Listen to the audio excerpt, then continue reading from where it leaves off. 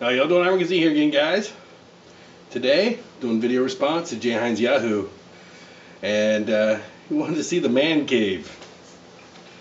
Well, I unfortunately don't have half the space for man cave that JhynesYahoo does.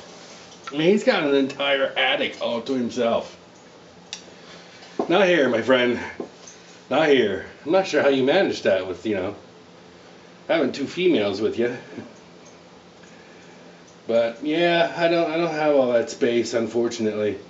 My man cave's actually a cave down here in the basement, and it's just really this little corner over here. I used to have a lot more, but it's slowly getting taken over by the missus and the wee one. But yeah, as far as having like a dedicated man cave upstairs, I don't know. My imprints all over this house. Fortunately, my wife and I kind of share taste, so as far as that goes, I mean, the house has a lot of myself in it, but as far as a place where I would go to get away, I'd probably be here, the computer room's shared by all, the TV room's shared by all, living room, everything's shared by all except for maybe this little corner, and pretty much the basement is mine, except for the laundry area over that way. But it's being encroached upon. But show you the man cave. I mean, this is it. You guys, I've seen two, Weapons Collector, and I've seen Jay Hines man caves, and yeah, I like them. Quite nice. Jay's got all his knives everywhere in one location there. Weapons Collector's got a bunch of his air rifles and model guns and things like that. I don't really have that. I don't keep all my guns in one spot. They are kind of located in different rooms, so in case I need one, it's right there. I did, however, because Jay said he wanted to see some guns, I collected them up for you, and I got them down here. So I don't have that many, honestly, compared to many. And right now, one of mine's out on loan. It's over my dad's house, my 30-06. My deer rifle's over my dad's house. They're using it. And I used to have SKS. I sold my SKS. Sold it to my brother. I needed to pay an electric bill that was sky high. So, I had to sell it. You gotta do what you gotta do. But here's basically my little man cave, and it's basically, the knife dungeon, the workshop. So I'll give you a little tour if you like. It's not much to see.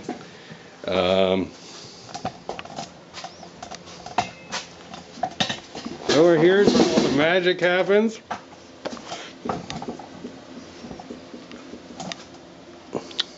Got the bench grinder, got some polishing wheel.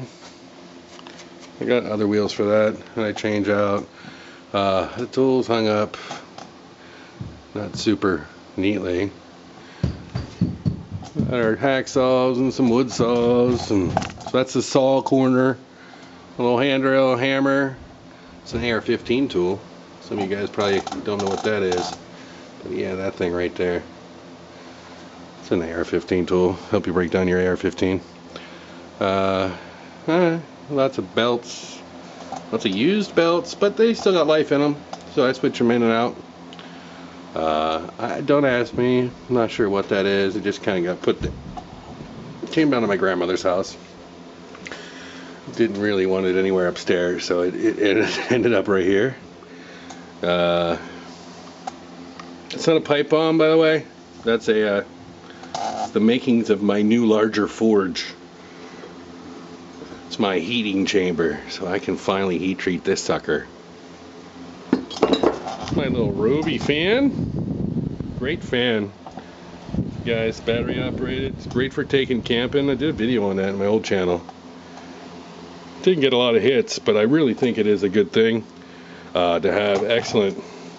If you have a good battery, it'll last about 10 hours on one charge. So if you have two batteries, you got yourself 20 hours of fanage. Makes it nice when you're family camping out in the tent. Pretty heavy Rube user, as you can see. Bench grinder, fan, the Sawzall, the drill, the electric drill.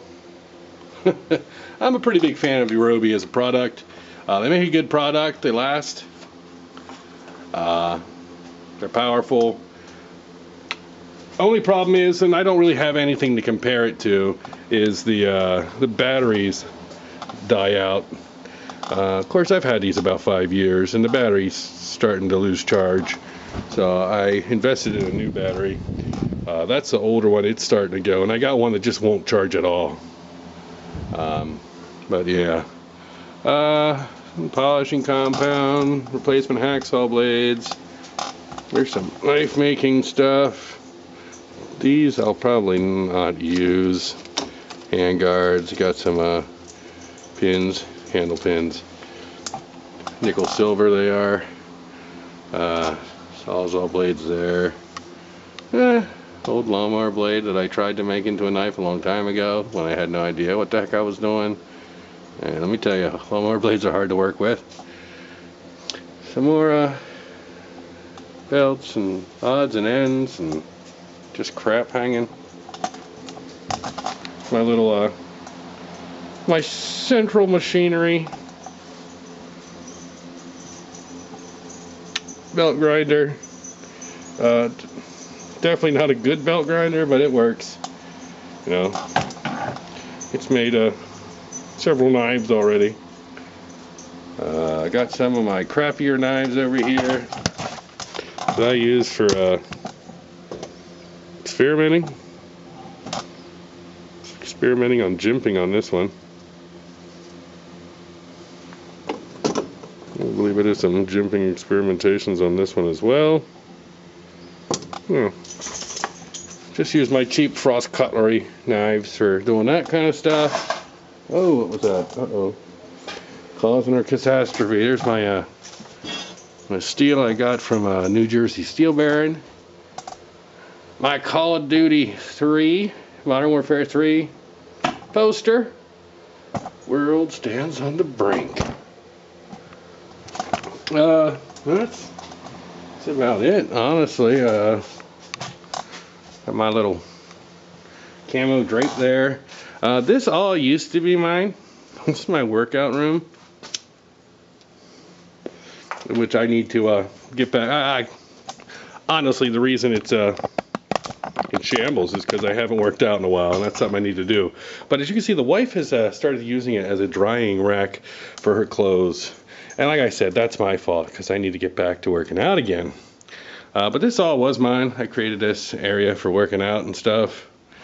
Got one of those stupid things that I inherited. And like a little rowing machine.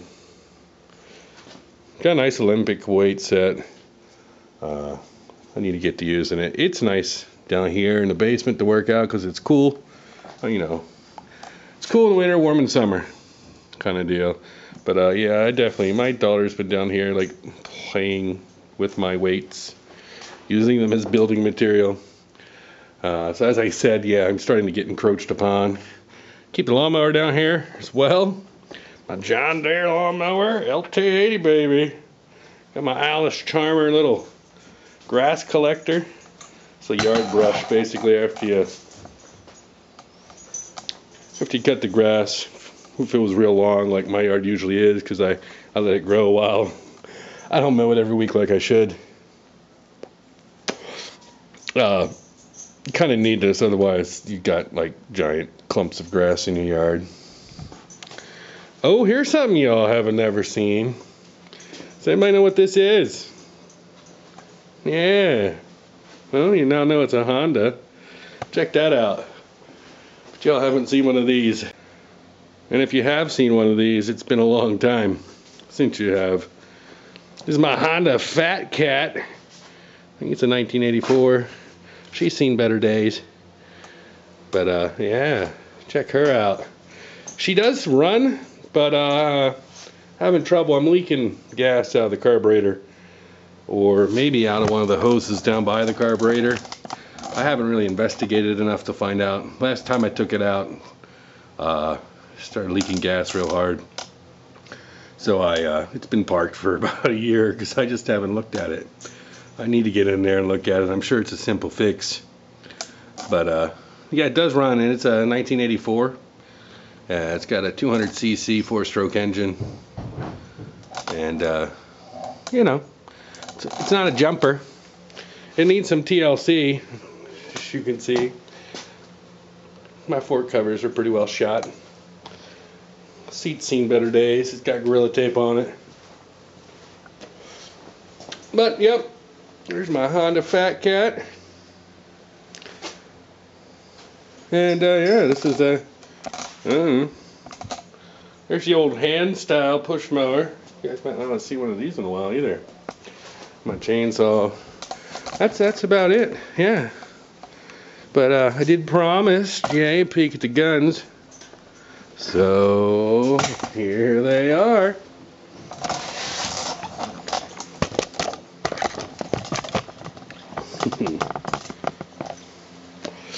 These are not air rifles. These are not replicas. These are all real, functional, and most of them are loaded. So starting from the back, I got my Winchester Model 94 30-30. It's from 1943. That was my grandfather's rifle. Probably the most expensive gun on the table. Well, actually, that might be. That's really close. The next is, I can't even remember. This is a Mossberg & Sons 22. It is a 344K. I believe that one was made in the early 60s. That's my first gun. That's a gun I got for Christmas when I was about, I think I was maybe 10 when I got that. Next, got a North American Arms 12 gauge. It is a single breech. Well, it is loaded, and I feel safe. Single shot 12 gauge. Got my Mossberg 535 tactical turkey gun. My Spikes Tactical AR-15. A couple magazines. Couple, I don't know, what do I got, 14? Here's my Kel-Tec PF9 9mm. My Springfield Armory XDM 40 cal.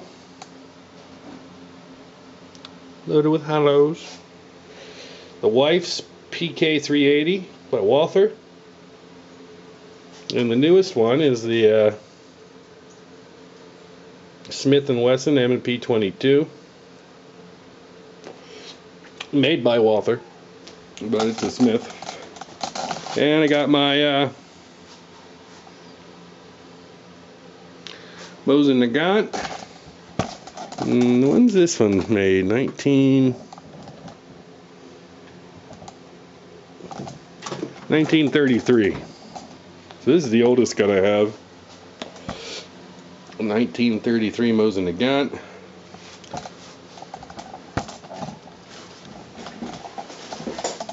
Oh, and here's the bayonet for it. And there's the guns. But like I said, the guns don't stay down here. It gets too moist down here. Kind of damp, so couldn't keep guns down here. Unless it's on my hip, which is where the PF9 usually is. But yeah, there you go. In case you're wondering about the knives, that's the SP6 Fighter by Ontario Knives. Ontario Knife Company. And that is a Gilhibben Dragon Lord. But there it is. My little slice of the world, my man cave.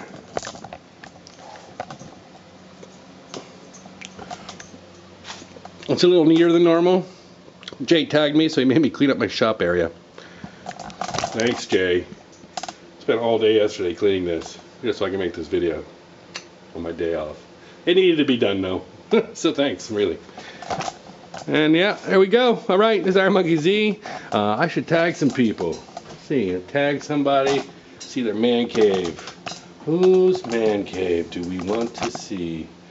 I want to see L Marshall 32's man cave. Why don't you give us a tour of the man cave or the knife dungeon if you're like me and you don't have an actual man cave? And who else? Who else's man cave do we want to have a see? About Super C Richards. Why don't you show us your man cave, buddy? Super C Richards. Take a look at your man cave. And then, you know, pass the tag along. There's a lot of other guys whose man caves I like to see, but, you know, I can only tag 2. So, let's see those 2, alright? And, as far as legalities and all, I'm legal to have all this stuff. They do not need to be locked up. And they are never locked up. Because I don't live in a communist state. Thank goodness.